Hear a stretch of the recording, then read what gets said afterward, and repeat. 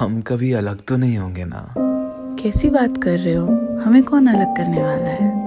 अरे भाई, पूछना पड़ता है, क्या पता कब अपना मन बदल लो तुम। कुछ भी। ये मेरी हैप्पी प्लेस है, इससे दूर जाऊंगी तो मेरा दम ही घुटेगा। मैं सांसें बनकर आऊंगा ना फिर। ओहो शायर साहब, सो जाओ, सुबह जल्दी उठना है, कॉलेज भी जाना है। Good night. हाँ जी, गुड नाइट। कुछ दिन यूं ही बीते। इस दौरान श्वेता की कॉलेज में एक लड़के से नई नई दोस्ती हुई और उसका नाम था रोहन। रोहन के बारे में थोड़ा सा बताता हूँ। रोहन उस टाइप का लड़का था जिसको लड़कियों के साथ रहना, घूमना फिरना ये सब बहुत पसंद था। उसके काफी पास रह चुके थे और लगभग सभी लड़कियों को उसने यूज करके छोड़ दिया था। इतने खराब रिकॉर्ड के बाद भी रोहन नहीं सुधरा था। वो दुनिया को दिखाता था कि वो शरीफ है, सुधरा हुआ है, लेकिन उसकी नीयत बहुत खराब रहती थी लड़कियों को लेके।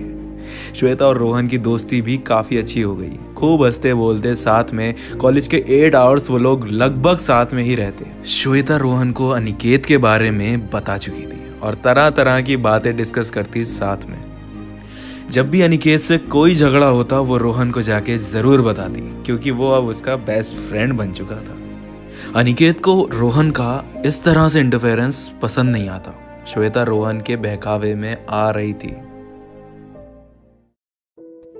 अनिकेत यार, प्रोजेक्ट भी बनाना है, कैसे होगा? आपके पास भी टाइम नहीं है। चलो एक काम करती हूँ, मैं रोहन से बात करती हूँ, वो पक्का हेल्प करेगा मेरी। कौन है ये रोहन और ये चल क्या रहा है? इतना क्यों इंटरफेरेंस हो रहा है उसका तुम्हारी लाइफ में? कभी रोहन मेरे लिए ये लाया, वो लाया, उसने मेरे लिए ये किया, वो किया। चल क्या रहा है श्वेता ये सब? Aniket, what's wrong with you? He is just my friend. और तुम्हें तो वैसे भी हर लड़के से दिक्कत होती है।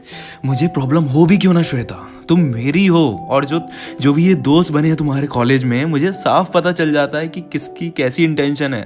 और ये रोहन जो है ना, इसकी कोई ठीक इंटेंशन नहीं है। ट्राई टू अंडरस्टैंड श्वेता, तुम इससे दूर ही रहो, तुम्हारे भले के लिए ही कह रहा हूँ। मुझे मत बताओ किसकी कैसी इंटेंशन है अनिकेत।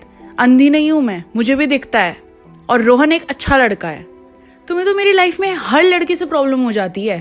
यू नो व्हाट, मुझे तुमसे बात ही नहीं करनी। इतना बोलते ही गुस्से में श्वेता ने फोन रख दिया। बस फिर क्या, जो हमेशा होता था, श्वेता गई रोहन के पास, उसने सब बताया। और फिर जो रोहन ने श्वेता को अनिकेत के खिलाफ भड़काया है, पूरा ब्रेन वॉश कर दिया श्वेता का। और उसके बहकावे में आके श्वेता डिस्टेंस करने लगी अनिकेत से।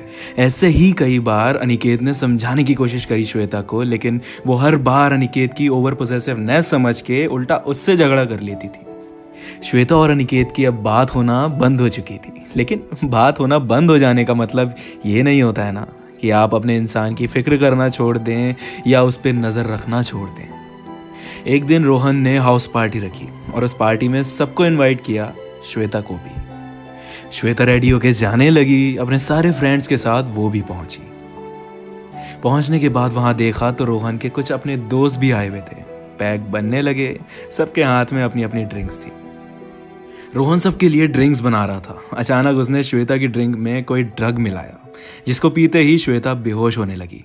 श्वेता वहां गिरी तो सब लोग चौंक गए। रोहन ने कहा वो श्वेता को अंदर रूम में सुला देगा, आप सब लोग एंजॉय करो।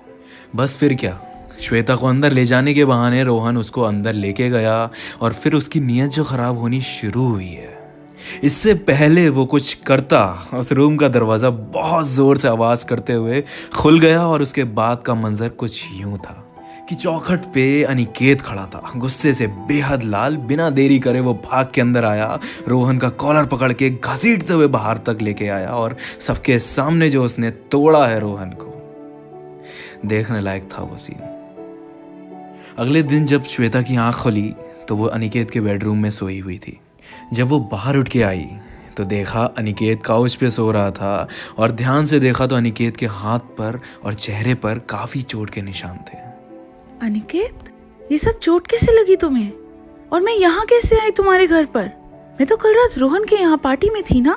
हाँ, तुम जिसकी पार्टी में गई थी, उस इंसान ने तुम्हारी ड्रिंक में कोई ड्रग मिला दिया था। And then he took you upstairs in his room and then he was forcing himself on you. But तुम वहाँ पहुँचे कैसे? हाउ डिड यू नो कि मैं वहाँ हूँ?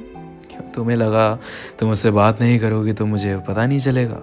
तुम्हारी लाइफ में क्या हो रहा है, तुम क्या कर रही हो। तुम्हारा बंदा इतना भी केयरलेस नहीं है यार। मुझे तुम्हारी बेस्ट फ्रेंड अनुकृति ने बता दिया था कि तुम लोग ऐसे ऐसे पार्टी में जा रहे हो, और मुझे रोहन पर रत्ती भर भरोसा नहीं था। मैं बहुत देर तक रहा वहीं। फिर थोड़ी देर में मुझे कॉल आई अनुकृति की कि ऐसे ऐसे तुम अनकॉन्शियस हो गई हो। मैं समझ गया रोहन की इंटेंशंस और भाग के अंदर आया, उसे खूब मारा और तुम्हें अपने घर ले आया, क्योंकि इतनी रात में तुम अपने घर जाती तो मम्मी पापा गलत समझते हमें।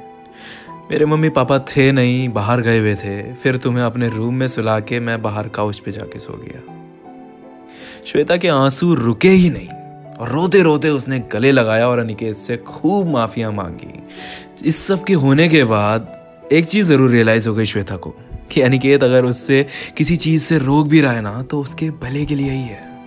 पता है, हम कई बार अपने पार्टनर से झगड़ा कर लेते हैं, चाहे वो कोई भी बात हो, बिना सोचे समझे कि उनका पॉइंट भी सही हो सकता है या उनकी इंट्यूशंस भी ठीक हो सकती हैं।